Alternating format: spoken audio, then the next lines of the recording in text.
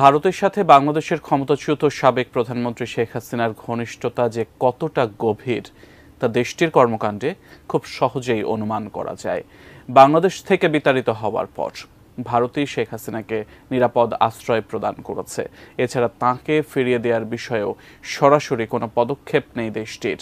ব্যবসা খুব খারাপ, লোকজন নেই তো, কাস্টমার নেই, ফাঁকাফাঁকি পুরো। বাংলাদেশি নেই তো, মেন তো বাংলাদেশি আমাদের বড় ভাই। ইধার কাম হ্যায় নি, 0%। ও ভাড়া দিতে পারছে না, বিক্রি তো কম হয়ে গেছে, তাহলে ও ভাড়া কি করে নিজে খাবে, না হলে ভাড়া দিবে। এই জন্য যে ভাড়া নিয়েছে ও দোকান ছেড়ে দিচ্ছে। এখানে 10টা রুম 15টা রুম থাকতো, ওখানে 2টা রুম আছে। প্রায় মোটামুটি 20-25 से বেশি হোটেল বন্ধ হয়ে গেছে এরিয়া। ধরুন 2টো করে সারাদিনে গাড়ি যায়, তোর মধ্যে ধরুন 30 জন যাত্রী ধরে রাখেন। আওয়ামী লীগকে নিষিদ্ধ করে তবেই আমরা বাড়িতে ফিরবো ইনশাআল্লাহ। আমাদের 5 দফাকে প্রিসাইজ করে আমরা এখন 2টো দফায় নিয়ে এসেছি। আমাদের প্রথম দফা জুলাই, শাপলা ও পিলখানার অতি দ্রুত বিচার শুরু করতে হবে এবং গণহত্যার দায়ে খুনি আওয়ামী লীগকে অতি দ্রুত নিষিদ্ধ করতে হবে। বাংলাদেশের শেখ পরিবারের অন্যতম সদস্য পতিত প্রধানমন্ত্রী শেখ হাসিনার চাচাতো ভাই শেখ সালাউদ্দিন ওরফে শেখ জুয়েল এখন ভারতীয় নাগরিক বিধান মল্লিক। ভারতীয় আধার কার্ডে তিনি বনে গেছেন বিধান মল্লিক হিসেবে। তার বাবার নাম শেখ আবু নাসের হলেও নতুন পরিচয়ে বাবা এখন মদীন্দ্রনাথ মল্লিক। নতুন পরিচয়ে চষে বেড়াচ্ছেন ভারতের এপাশ থেকে ওপাশ। বাংলাদেশের সাবেক প্রথম রাষ্ট্রপতি শেখ মুজিবুর রহমানের ভাতিজার এমন কাণ্ডে রীতিমতো মুখে চুনকালি পড়েছে আওয়ামী লীগের নেতাকর্মীদের। হোলি উৎসবের কারণে উত্তরপ্রদেশের অনেক মসজিদ ঢেকে দেয়া হয় কালো কাপড়ে। যদিও সাম্প্রদায়িক সম্প্রীতি রক্ষার জন্য এমন সিদ্ধান্ত নেওয়া হয়েছে জানানো হলেও এ নিয়ে বইছে সমালোচনার ঝড়। ভারত বাংলাদেশের সংখ্যালঘু অধিকার নিয়ে সোচ্চার হলেও কট্টর হিন্দুত্ববাদী মোদির দলের উত্তরপ্রদেশেই হোলি উৎসবে মুসলিম সংখ্যালঘুদের করা হয়েছে চূড়ান্ত অপমান। চলতি বছর রমজানে পড়েছে হোলি উৎসব, তার উপর দিনটি ছিল জুমাবার। সে কারণে উৎসবের আগে ভাগেই ত্রিপল এবং বিভিন্ন রঙের কাপড় দিয়ে উত্তরপ্রদেশের বহু মসজিদ ঢেকে দেয়া হয়। হাসিনা ফিরছে বাংলাদেশে, কথাটি শুনে সবাই হয়তোবা অবাক হয়ে গেছেন।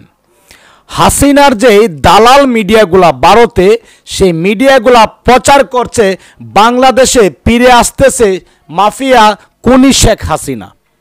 এটি কি আদৌ সম্ভব, নাকি কেউ বিশ্বাস করবে? এত কিছু বলার দরকার নেই, আপনারা একটু চালু করে বাংলাদেশে শেখ হাসিনাকে পাঠিয়ে দেন। আমরা বাংলাদেশি যারা আছি তারা সবাই চায় শেখ হাসিনা বাংলাদেশে আসুক।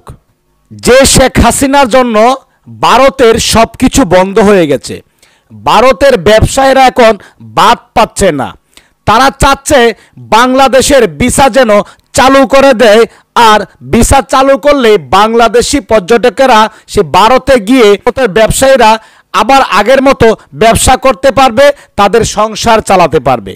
এই যে ভারতের ব্যবসা বন্ধ হয়ে গেছে, ভারতের মেডিকেল বন্ধ হয়ে গেছে, ভারতের বাজার বন্ধ হয়ে গেছে, ভারতের মার্কেট বন্ধ হয়ে গেছে, তার একটি মাত্র কারণ খুনি শেখ হাসিনা এবং আপনাদের সাংবাদিক ময়ূক রঞ্জন ঘোষ এবং শুভিন্দু। তার জন্য আপনাদের আজকে রাস্তায় বসতে হচ্ছে। বাংলাদেশিদেরকে দোষ দিবেন না। ভারতের দাদা বাবুরা যারা আজকের এই ভিডিওটি দেখছেন তাদের উদ্দেশ্যে বলছি, আপনারা সে ভারতে থেকে এই দুইটা লোককে একটু ঠান্ডা মিজাজে একটু ধোলাই করেন, দেখেন আবার বাংলাদেশ ভারত আবার সুন্দর মতো একটি ব্যবসা চলবে। ভারতে হোলি খেলতে গিয়ে যত মসজিদ ছিল সেই মসজিদগুলোকে ডেকে দেওয়া হয়েছে, আর সেই শুভিন্দু, সেই নরেন্দ্র মোদী বাংলাদেশের সংখ্যালঘুদেরকে নিয়ে কথা বলে। আরে ভাই, আমাদের বাংলাদেশে হিন্দু আর মুসলমান আর বৌদ্ধ খ্রিস্টান নাই, আমরা সবাই ভাই ভাই, আমাদের ভিতরে কোনো ভেদাভেদ নাই।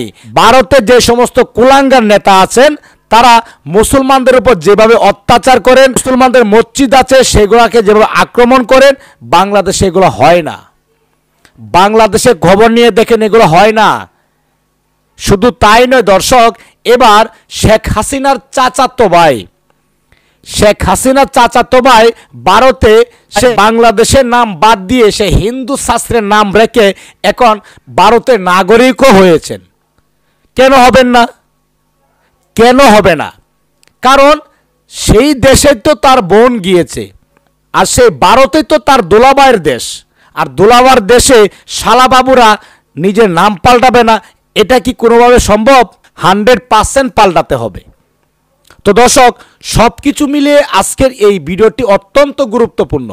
ইতিমধ্যেই ভিডিও শুরুতেই বিশেষ অংশগুলো দেখেছেন, সম্পূর্ণ ভিডিওটি প্রমাণ সহকারে থাকবে আজকের এই ভিডিওতে। দর্শক, কে কোন জেলা থেকে আজকে আমাদের এই ভিডিওটি দেখছেন অবশ্যই কমেন্টসের মাধ্যমে জানিয়ে দিন।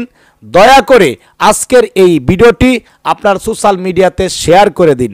চ্যানেলে যদি নতুন হয়ে থাকেন, প্রতিনিয়ত সবার আগে আপডেট নিউজগুলো পেতে আমাদের এই চ্যানেলটি সাবস্ক্রাইব করে রাখুন ও একটি লাইক দিয়ে দেখতে থাকুন সম্পূর্ণ ভিডিওটি। বন্ধু বাংলাদেশি নাগরিকদের উৎসর্গ করছি এবং তাদের প্রতি আমাদের গভীর কৃতজ্ঞতা জানিয়ে শুরু করছি আজকের প্রাসঙ্গিক প্রসঙ্গ। এবং অবশ্যই কলিং স্ট্রিটে যখন এসেছি, আমার পেছনে যখন দীর্ঘ লাইন দিয়ে আপনারা দেখছেন ক্রেতা এবং বিক্রেতা, এবং এটা কোথায় কোন জায়গায় সবটাই আমরা বলবো। এই মুহূর্তে মধ্য কলকাতার এই কলিং স্ট্রিটের ছবিটা শুধু আমি আমার সহকর্মী প্রথম কলকাতার ডেপুটি এডিটর পরমাশিসকে বলবো যে আমরা আজকে কেন এসেছি, তুমি দর্শকদের কিভাবে এখানকার যে চিত্র কিভাবে তুমি বর্ণনা করবে। দেখো, কলিং স্ট্রিটের চিত্রটা যদি বর্ণনা করতে হয় আমি ঠিক এইভাবেই বলবো, ঝাঁজ আছে বাট ঝাল নেই, বিক্রেতা আছে ক্রেতা নেই।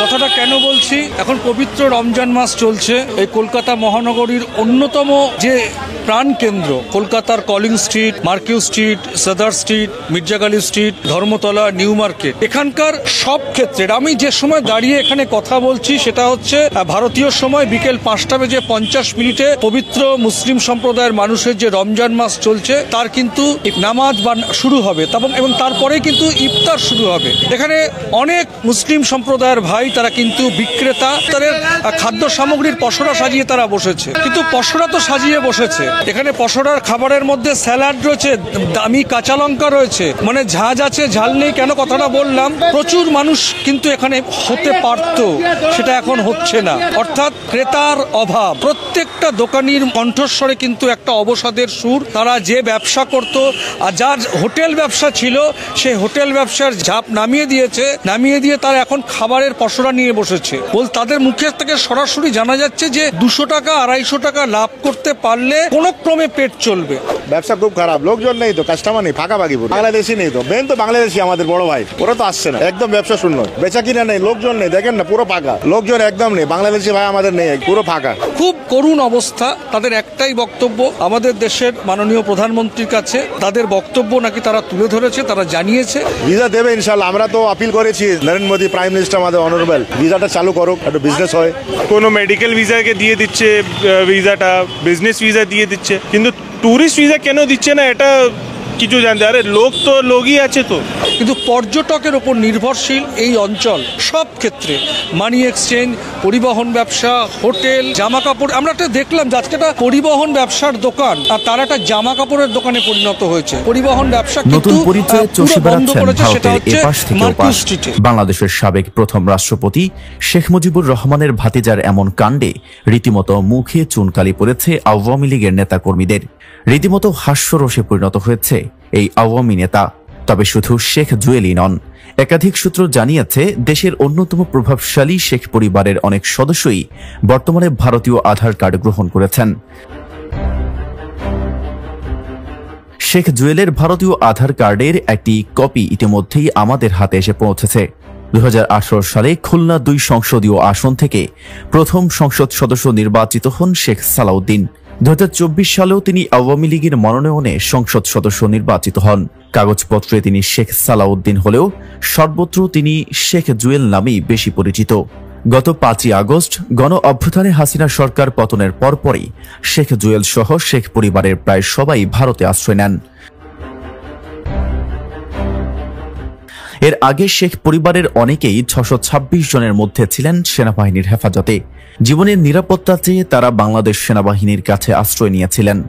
পরবর্তী সময়ে সুযোগ মতো ক্যান্টনমেন্টের নিরাপত্তা হেফাজত থেকে বের হয়ে সীমান্ত পেরিয়ে ভারতে চলে যান। একাধিক সূত্র বলছে, শেখ জুয়েলের মতো শেখ পরিবারের অনেক সদস্যই ভারতীয় নাগরিকত্ব গ্রহণ করেছেন বিশেষ প্রক্রিয়ায়। আধার কার্ডে শুধু নিজের নাম নয়, পাল্টে ফেলেছেন বাবার নামও। আর ওই কার্ড দিয়েই তারা ভারতে চলাফেরা করে আসছেন স্বাধীনভাবে। আবার ভারতে আশ্রয় নেওয়া অনেককেই ট্রাভেল কার্ডও দেওয়া হয়েছে, যে কার্ড ব্যবহার করে তারা বিশ্বের বিভিন্ন দেশে ভ্রমণ করতে পারছেন। তবে শেখ জুয়েল কলকাতাতেই বেশিরভাগ সময় কাটাচ্ছেন। তার বড় ভাই শেখ হেলাল, শেখ সোহেল এবং ছোট ভাই শেখ রুবেলও পশ্চিমবঙ্গের কলকাতাতেই অবস্থান করছেন। শেখ জুয়েলের আধার কার্ড ঘেঁটে দেখা গেছে তাতে শেখ সালাউদ্দিন জুয়েল নাম পাল্টে হয়েছেন বিধান মল্লিক, আর বাবার নাম পাল্টে রেখেছেন মদীন্দ্রনাথ মল্লিক। মেহেদী হাসান। গণস্বাক্ষর আমরা এই 2 দফা দাবিতে আমরা সংগ্রহ করে আগামী 25 এপ্রিল শুক্রবার দুপুর বিকাল 3 ঘটিকায় শাহবাগ মোড়ে আওয়ামী লীগকে নিষিদ্ধের দাবিতে এবং জুলাই শাপলা ও পিলখানার বিচারের দাবিতে শহীদ সমাবেশ ঘোষণা করছি। এই সমাবেশে উপস্থিত থাকবেন জুলাই শহীদের বাবা মায়েরা, এই সমাবেশে উপস্থিত থাকবেন শাপলার শহীদের বাবা মায়েরা, এই সমাবেশে উপস্থিত থাকবেন পিলখানা শহীদের সন্তানেরা। বন্ধুরা আমার, আগামী 25 এপ্রিল শুক্রবার বিকাল 3টায় শাহবাগে শহীদ সমাবেশে আওয়ামী লীগকে নিষিদ্ধ করে তবেই আমরা বাড়িতে ফিরবো ইনশাআল্লাহ।